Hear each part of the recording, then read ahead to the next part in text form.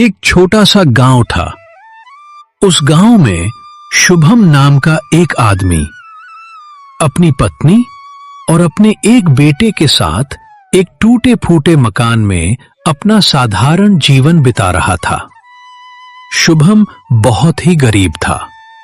उसके पास एक ही जमीन थी जिस पर वह खेती करके अपना और अपने परिवार का पेट पाल रहा था। लेकिन उस गांव में पिछले 1 साल से बारिश नहीं हुई थी, जिसके कारण शुभम का खेत सूख गया था, जिसके कारण उन्हें अब 2 वक्त की रोटी भी नसीब नहीं होती थी। एक दिन सुबह सुबह शुभम और उसकी पत्नी अपने खेत को देखने के लिए खेत में चले जाते हैं।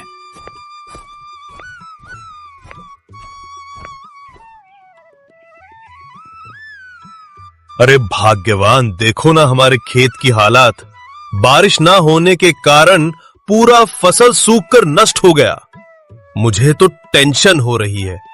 हमारे बच्चे की उसे स्कूल भी भेजना है, लेकिन एडमिशन फीस के लिए 1 भी रुपए नहीं है। हाँ, आप ठीक कह रहे हो। इस बार तो हमारा फसल सूख कर खत्म हो गए। अब घर में 1 भी रुपए नहीं है। अब हमारा क्या होगा? हाँ, तुम ठीक कह रही हो। भगवान हमारे साथ ही ऐसा क्यों करते हैं पता नहीं। हमने किस जन्म में पाप किया था जो भगवान हमें उसकी सजा दे रहे हैं। हाँ, आप ठीक कह रहे हो। भगवान हमारे साथ ही ऐसा क्यों करते हैं पता नहीं। ना हमारे घर में अब कुछ खाने को है, ना कुछ पैसे हैं। अब हम क्या खाएंगे? बच्चों को क्या खिलाएंगे? वह दोनों दुखी होकर अपने खेत के बारे में चर्चा कर ही रहे होते हैं। तभी वहां से गांव के कुछ लोग गुजरते हैं। गांव के लोगों ने भी शुभम की परेशानी सुनी और कहे, शुभम, परेशानी तुम्हारे साथ ही नहीं, सबके साथ है। बारिश न होने के कारण सबका खेत सूख कर खत्म हो गया है। सबकी एक ही परेशानी है। लेकिन शुभम, तुम बिल्कुल भी चिंता मत करो। भगवान हमें जरूर कुछ ना कुछ रास्ता दिखाएंगे। तुम सिर्फ भगवान पर भरोसा रखो और हार मत मानो, और भगवान पर भरोसा रखो। सब कुछ ठीक कर देंगे भगवान। हाँ, मैं जानता हूं आप ठीक कह रहे हो। हमें भगवान पर भरोसा रखना चाहिए, लेकिन हमें कुछ ना कुछ तो जल्दी करना ही होगा। नहीं तो इस गांव में सब लोगों के घर में खाने के लाले पड़ जाएंगे और भूख के मारे इस गांव में लाशें बिखरे पड़ेंगे। हाँ शुभम, मैं जानता हूँ कि हमें कुछ ना कुछ तो करना ही होगा, लेकिन अब हम क्या कर सकते हैं? ये तो कुदरत का करिश्मा है, इसमें हम कुछ नहीं कर सकेंगे। अब भगवान ही जाने कब हमारे गांव में बारिश होगी। सिर्फ तुम भगवान पे भरोसा रखो, वो सब कुछ ठीक कर देंगे। यह कहकर गांव के लोग वहां से चले जाते हैं। सुनिए ना, हमारे खेती में सिर्फ पानी की कमी है। पानी की कमी से ही हमारा खेत बर्बाद हो गया। इसलिए मेरे दिमाग में एक ख्याल आया है। आप हमारे गांव में जिसके भी घर में कुआं है, उस सब के घर में आप जाइए और पानी मांग कर देखिए। क्या पता कोई हमें पानी दे दे और कहिएगा फसल काटने के बाद हम उनको पैसा दे देंगे। हाँ, तुम ठीक कह रही हो। हमारे खेत में सिर्फ पानी की कमी है, इसी कारण हमारा खेत बर्बाद हो गया। मैं जाता हूं और जिसके भी घर में कुआं है उन सब से अपनी मांग कर देखता हूं। अब तुम घर जाओ और मैं पानी मांगने जाता हूं। उसके बाद शुभम अपनी पत्नी को घर भेजकर अपने पड़ोसी रामू के पास पानी मांगने चला जाता है। अरे रामू, क्या तुम मुझे तेरे कुएं से पानी दे सकता है? तू तो जानता ही है बहुत दिनों से बारिश नहीं हुई है, इसीलिए बारिश ना होने के कारण मेरा खेत बर्बाद हो गया। सब फसल सूखकर खत्म हो गए, इसलिए मुझे पानी की बहुत जरूरत है। क्या तू मुझे पानी दे सकता है? अरे शुभम, मैं तो तुझे पानी दे देता, लेकिन मेरे खेत में ही पानी की कमी हो रही है। इस वक्त मैं तुझे पानी नहीं दे सकता, मुझे माफ कर दे। सुन रामू, अगर तू मेरी मदद कर देगा तो तेरा भला हो जाएगा। प्लीज मेरी मदद कर, मुझे इस वक्त पानी की बहुत जरूरत है। इसलिए बहुत दिनों से मेरा फसल अच्छा नहीं हो पा रहा। घर में एक भी पैसा नहीं है, बच्चे भूखे हैं। मेरी थोड़ी मदद कर दे। मैं समझ सकता हूं तुझे इस वक्त पानी की बहुत जरूरत है, लेकिन मुझे माफ कर दे शुभम। मैं तुझे इस वक्त पानी नहीं दे सकता। मुझे भी इस वक्त पानी की बहुत जरूरत है। मैं तुझे नहीं दे सकता। मुझे माफ कर दे। ठीक है, मैं समझ सकता हूं, कोई बात नहीं। इतना कहकर वह अपने घर चला जाता है।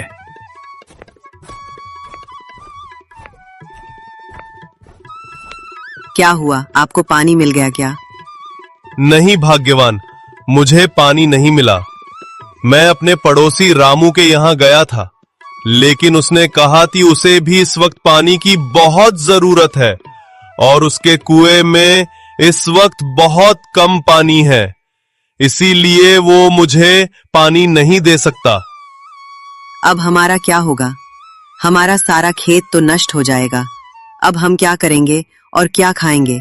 बच्चे 2 दिन से भूखे हैं और उसे स्कूल भी भेजना है, लेकिन घर में खाने के भी लाले पड़े हैं। हमारा क्या होगा? मुझे तो बहुत डर लग रहा है। अरे भाग्यवान, तुम डरो मत और चिंता करने की भी जरूरत नहीं। मैं कुछ ना कुछ जरूर करूंगा। मैं तुम लोगों को भूखा नहीं रहने दूंगा। भगवान कुछ ना कुछ जरूर रास्ता दिलाएगा। तुम चिंता मत करो। अगर तुम चिंता करोगी तो तुम बीमार पड़ जाओगी। मैं जानती हूँ आप ठीक कह रहे हो, लेकिन ये कहने से कुछ नहीं होगा। कुछ ना कुछ तो करना ही होगा। मुझे तो अपने बच्चे की चिंता हो रही है। हाँ, तुम चिंता मत करो, मैं कुछ करता हूं। आज ही मैं जमींदार के पास जाऊंगा और उनसे मदद मांगूंगा। हाँ, ठीक कह रहे हैं। आप जाइए, जमींदार के पास जाइए और उनसे कुछ मदद मांगिए। क्या पता वही हमारे कुछ मदद कर दे। हाँ, मैं उनके पास ही जाता हूँ और कुछ पैसे कर्ज में ले आता हूँ। जैसे ही हमारा फसल ठीक हो जाएगा, तब हम उनका सारा पैसा लौटा देंगे। अब मैं चलता हूँ।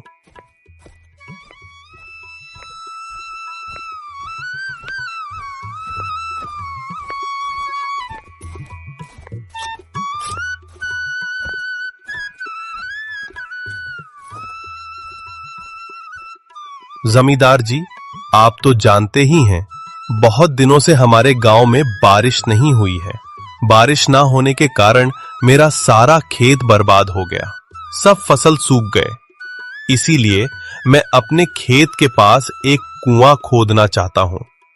इसीलिए मुझे कुछ पैसे की जरूरत है। क्या आप कुछ पैसे मुझे कर्ज में दे सकते हैं? मैं फसल ठीक होते ही आपका सारा कर्ज लौटा दूंगा। हाँ शुभम, मैं तेरी मदद कर सकता हूँ। मैं तुझे कर्ज में पैसे दूंगा, लेकिन तुझे मेरी कुछ शर्तें माननी होगी, तभी मैं तुझे पैसे कर्ज में दूंगा। हाँ, आप बोलिए, मैं आपकी सारी शर्तें मानने को तैयार हूं। तो फिर ठीक है, मैं तुझे कर्ज दूंगा, लेकिन तुझे कर्ज के साथ साथ ब्याज भी समय पर लौटाना होगा, तभी मैं तुझे पैसे दूंगा। हाँ ठीक है जमींदार जी, मैं समय पर आपको कर्ज के साथ साथ ब्याज भी लौटा दूंगा। उसके बाद शुभम ने जमींदार से पैसे लेकर अपने खेत में एक कुआं खुदवाया। कुआं खोदने के बाद पानी की समस्या दूर हो गई। उसके बाद शुभम पूरे दिन अपने खेत में मेहनत से काम करता है। वह दिन रात खून पसीना एक करके अपने खेत में काम करता है और कुछ ही दिनों में उसके खेत में बहुत ही अच्छा फसल उगते हैं। ये देख शुभम बहुत ही खुश हो जाता है और अपने घर चला जाता है।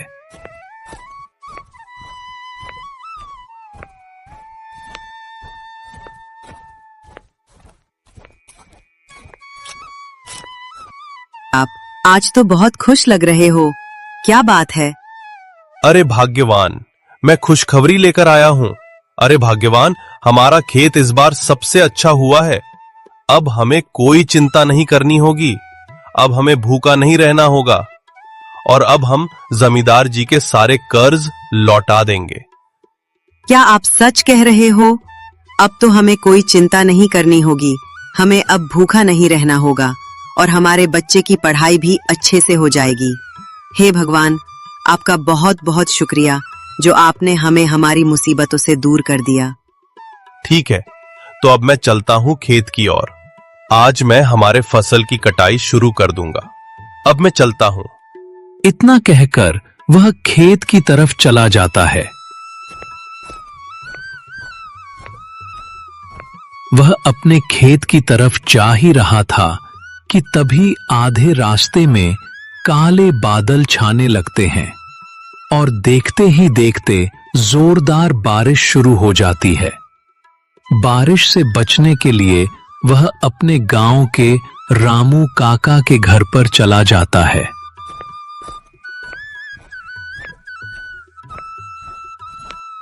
अरे काका, ये क्या हो गया है? अचानक से इतनी तेज बारिश हो गई। इस बारिश ने तो मेरे सारे फसल बर्बाद कर देंगे। हे भगवान, जब मैंने आपसे बारिश मांगी तब आपने नहीं दी, लेकिन अब हमें बारिश की कोई जरूरत नहीं थी, तब आपने बारिश दे दी। आज तो मेरे सारे पके हुए फसल खराब हो जाएंगे। हाँ शुभम, तू ठीक कह रहा है। इस बारिश ने तो लोगों के पके हुए फसल भी खराब कर देंगे। अब क्या ही बताऊं, किसानों के साथ ऐसा ही होता है। कभी बारिश न होने के कारण फसल खराब हो जाते हैं, तो कभी बारिश होने के कारण पके हुए फसल खराब हो जाते हैं। पता नहीं भगवान हम गरीबों के साथ ही ऐसा क्यों करते हैं। वह दोनों आपस में बात करने लगे और थोड़ी देर में बारिश रुक जाती है और शुभम अपने खेत की तरफ चला जाता है। जब वह खेत पहुंचता है तब वह देखता है कि उसके सारे पके हुए फसल बारिश के कारण खराब हो गए थे। अपनी फसल को देखकर शुभम बहुत ही टेंशन में आ गया था। हे भगवान, मेरे सारे पके हुए फसल तो बारिश के कारण खराब हो गए। अब मैं क्या करूं? कहां जाऊं? ये खेत मेरी आखिरी उम्मीद थी, लेकिन वह भी नहीं रहा। ये मेरे साथ क्या हो रहा है? पिछले साल बारिश ना होने के कारण मेरा सारा फसल बर्बाद हो गया और अब इस साल बारिश होने के कारण मेरा सारा फसल बर्बाद हो गया। जब बारिश की जरूरत पड़ती है तब तो बारिश नहीं आती, जब जरूरत नहीं पड़ती तब आ जाती है। भगवान हमेशा गरीबों के साथ ही ऐसा क्यों करते हैं? ना अब घर में कुछ खाने को है, ना अब कुछ पैसे बचे हैं। हे भगवान, मुझे तो अब बहुत डर लगने लगा है। वह अपने आप से बात कर ही रहा होता है, तभी वहां पर जमींदार आता है और शुभम से कहता है, अरे शुभम, मैंने तुझे जितना समय दिया था अब उतना समय खत्म होने को आया है। अब तुझे मेरा सारा कर्ज वापस करना होगा। अरे जमींदार जी, अब मैं आपको कहां से पैसे दूंगा? मेरे पास तो कुछ नहीं बचा। आज बारिश के कारण मेरा सारा खेत बर्बाद हो गया। मैं आपको कहां से पैसा दूंगा? जमींदार जी, इस गरीब की कुछ सुन लो। आप तो देख ही रहे हो ना मेरी खेत का हालत क्या हो चुका है इस बारिश के कारण। मुझे कुछ दिन का और वक्त दे दीजिए, मैं आपको आपका सारा पैसा लौटा दूंगा, प्यास के साथ। ठीक है, मैं तुझे कुछ दिन का वक्त और दे देता हूं। अगर तूने जल्दी मेरा पैसा नहीं लौटाया तो मैं तुझे जेल तो नहीं भेजूंगा, लेकिन मैं तेरा घर और जमीन सब कुछ जब्त कर लूंगा। ये बात याद रखना। इतना कहकर जमींदार वहां से चला जाता है। जमींदार की बात सुनकर शुभम बहुत ही डर जाता है और खुदकुशी करने की सोचता है। आप मेरे पास जान लेने के अलावा और कुछ नहीं बचा। मैं अपने पत्नी और अपने बच्चों को वो सुख नहीं दे पा रहा जो पिता अपने बेटे और पति अपनी पत्नी को देते हैं। ना मैं उनको 2 वक्त की रोटी खिला सकता, ना बच्चों को पढ़ा सकता। अब मुझे जीने का कोई हक नहीं है। अब मेरा आत ही उनके लिए अच्छा होगा। वो खुदकुशी करने के लिए तैयार हो ही रहा था कि तभी उसे अपनी पत्नी और अपने बच्चों का ख्याल आता है और वो सोचता है, नहीं नहीं, मैं अपनी जान नहीं ले सकता। अगर मैं मर गया तो मेरे बच्चे और मेरी पत्नी का क्या होगा? अगर मैं मर गया तो मेरा सारा कर्ज मेरे बच्चों पर टूट पड़ेगा। नहीं नहीं, मैं उन्हें ऐसे छोड़कर नहीं जा सकता। और भाग्यवान अकेली बच्चों को कैसे संभालेगी? नहीं नहीं, मैं ऐसा नहीं कर सकता। मुझे मरने के बजाय और संघर्ष करना चाहिए और अपनी पत्नी और बच्चों को सुख देना चाहिए। नहीं, मैं ऐसे नहीं मर सकता। शुभम ये सोचकर अपने घर चला जाता है। शुभम की पत्नी शुभम को उदास देख कहती है, अरे जी, आज आप इतने उदास क्यों हो? क्या हुआ जो आप इतने उदास हो? अरे भाग्यवान, आज की बारिश ने हमारा सारा फसल बर्बाद कर दिया। और आज जमींदार जी मेरे खेत आए थे और उन्होंने कहा कि अगर मैंने उन्हें जल्द ही प्याज के साथ लौटाना होगा, नहीं तो वो हमारा घर और जमीन सब कुछ जब्त कर लेंगे। मुझे चिंता हो रही है। अब मैं क्या करूं? अब उनका कर्ज कैसे लौटाऊं? अब जो हो गया सो हो गया। अब उसे सोचने से कुछ नहीं होगा। आप चिंता मत करिए, हम मिलकर कोई ना कोई रास्ता जरूर निकाल लेंगे। और भगवान जो भी करता है अच्छे के लिए ही करता है। आप चिंता मत करिए। मुझे माफ करना भाग्यवान, मैं तुम्हें सुख नहीं दे पा रहा, ना बच्चों को सुख दे पा रहा हूं। नहीं, आप ऐसा क्यों कह रहे हैं? एक ना एक दिन हम भी सुख से रहेंगे और इसमें आपकी कोई गलती नहीं है। आपने तो बहुत मेहनत की है अपने खेत में, वो तो बारिश आने की वजह से हमारा खेत बर्बाद हो गया। इसमें आपकी कोई गलती नहीं है। आप खुद को मत कोशिए। भगवान हमें एक न एक दिन जरूर सुख देंगे, आप देख लेना। हम भी एक दिन खुशी खुशी रहेंगे। भगवान के घर में अंधेर है, देर नहीं। आप चिंता मत कीजिए। कुछ पाने के लिए पहले कुछ खोना जरूरी है। और आप दोबारा ये बात मत कहिएगा कि आप हमें सुख नहीं दे पा रहे हैं। मैं बहुत ही भाग्यशाला हूं जो भगवान ने तुम्हें मुझे पत्नी बनाया। तुम मेरे सारे मुसीबत से एक साथ लड़ती हो, मेरा साथ देती हो। मैं बहुत ही भाग्यवान हूं जो तुम मेरी पत्नी बनी। तभी शुभम का बेटा कहता है, और पापा, मैं अब बड़ा हो चुका हूँ। मैं भी आपकी मदद करूंगा खेत के कामों में। हम सब मिलकर एक साथ काम करेंगे, तभी आगे बढ़ पाएंगे। नहीं बेटा, तुम अब बहुत छोटे हैं। तुम्हारी उम्र अब खेलने कूदने की और पढ़ाई करने की है। तुम इस उम्र में काम नहीं कर सकते। तुमने कहा, यही मेरे लिए बड़ी बात है। मेरे साथ मेरी पत्नी और बच्चे मेरे साथ, यही मेरे लिए बहुत बड़ी बात है। पापा, मैं आपकी जरूर मदद करूंगा। हम सब मिलकर एक साथ काम करेंगे।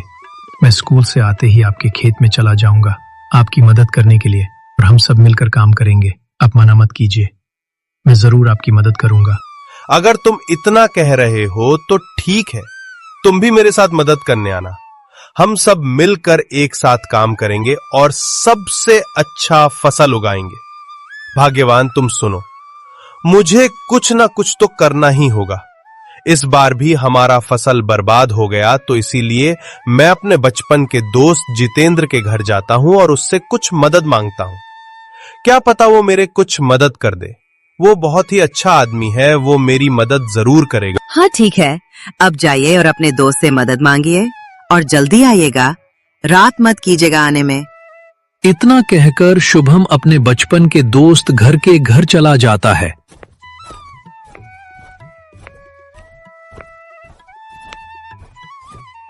और कुछ देर चलने के बाद वो अपने बचपन के दोस्त के घर पहुंच जाता है।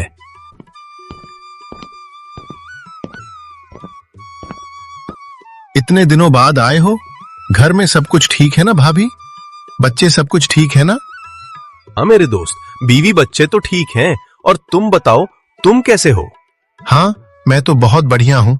इतने दिनों बाद मेरी याद आई। हाँ दोस्त, काम की वजह से मैं कहीं आता जाता नहीं हूं, इसीलिए। अरे दोस्त, भाभी नहीं दिखाई दे रही है। भाभी घर में नहीं है क्या? हाँ दोस्त, भाभी घर में नहीं है, वो अपने मायके गई हैं। और तुम बताओ, कैसे हो और काम कैसा चल रहा है? अरे दोस्त, क्या ही बताऊं, पिछले 2 साल से बारिश नहीं हुई है, इसी कारण मेरा सारा खेत सूखकर बर्बाद हो गया। कभी बारिश ना होने के कारण खेत बर्बाद हो जाता है, तो कभी बारिश होने की वजह से खेत बर्बाद हो जाता है।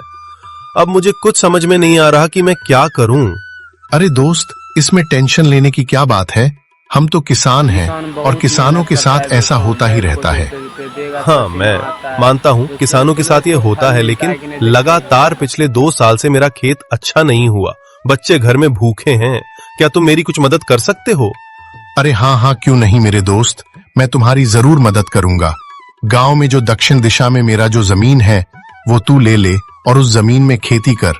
उस जमीन में तेरा खेत बहुत अच्छा होगा और जो भी धान होगा वो सब कुछ तुम रख लेना। अरे नहीं नहीं भाई, मैं तुम्हारा एक जमीन नहीं ले सकता। एक जमीन की कीमत तो बहुत होता है। अगर मैं तुम्हारा एक जमीन ले लूंगा तो तुम क्या करोगे? अरे तुम उसकी चिंता मत करो, मेरे पास बहुत सारे जमीन है। तुम मेरा वो जमीन ले लो और उस जमीन पर खेती करो और अपने बीवी बच्चों का ख्याल रखो। बहुत शुक्रिया दोस्त, जो तुमने मेरी इतनी मदद की। मैं तुम्हारा यह एहसान कभी नहीं भूलूंगा। अरे इसमें कौन सी बड़ी बात है, तुम तो मेरे बड़े भाई की तरह हो। क्या मैं अपने बड़े भाई की मदद नहीं कर सकता? ठीक है, तो अब मैं चलता हूँ, रात होने को आई है। अरे दोस्त, इतने दिनों बाद आए हो, मैं तुम्हें ऐसे नहीं जाने दे सकता। आज तुम खाना खाकर जाओ। अरे नहीं नहीं दोस्त, माफ करना, मैं आज खाना नहीं खा सकता। मेरे बीवी बच्चे अकेले हैं। मैं किसी और दिन आऊंगा और पक्का तुम्हारे घर में खाना खा के जाऊंगा। ठीक है, लेकिन आना जरूर। इतना कहकर वो अपने घर चला जाता है। ए जी, आप आ गए? क्या आपके दोस्त ने कुछ मदद की? हाँ भगवान, मेरे दोस्त ने हमारे गांव में जो पश्चिम दिशा में जो जमीन है, वो जमीन मेरे दोस्त ने मुझे दे दिया। और कहाँ है कि उस जमीन में खेती करने को। ये तो बहुत अच्छी बात है। जो आपके दोस्त ने हमारी मदद की, अब हम कल से ही खेत का काम शुरू कर देंगे। हाँ भाग्यवान, तुम ठीक कह रही हो। हमें कल से ही खेत का काम शुरू कर देना होगा। अब जो हमारे पास 2 जमीन है, तो हमें पहले से ज्यादा मेहनत करनी होगी, तभी हमें अच्छा फल मिलेगा। आप ठीक कह रहे हो, हमें कल से और भी ज्यादा मेहनत करनी होगी, तभी हमें अच्छे फसल मिलेंगे। अब आप खाना खा लीजिए। अगले दिन सुबह शुभम पहले अपने खेत पर जाता है और दिन भर मेहनत करता है। वो सारा दिन खून पसीना एक कर देता है और शाम को अपने खेत का काम खत्म करके अपने घर लौट आता है।